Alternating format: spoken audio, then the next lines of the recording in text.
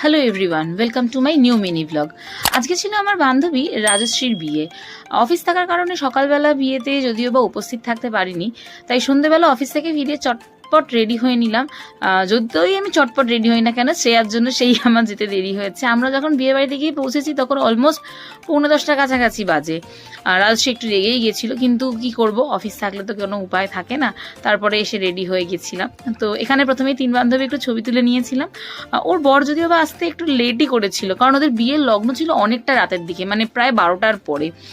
বর আসার পরে আমরা একটু বরের সাথে কথা বলে এবং ফটো তুলে নিলাম। তার সঙ্গে রাজশ্রীও ফটো তুলছিল, কারণ আজকে ওর দিন, ও তো ফটো তুলবেই।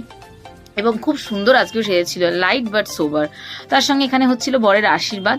আমরা যদিও বা বিয়েটা পুরোটা দেখতেই পারিনি, কারণ বিয়েটা শুরুই হয়েছে অনেকটা রাতের দিক করে। তো ঠিক আছে, চলো, ভিডিওটা যদি ভালো লাগে একটা লাইক করে দিও। Thank you, tata.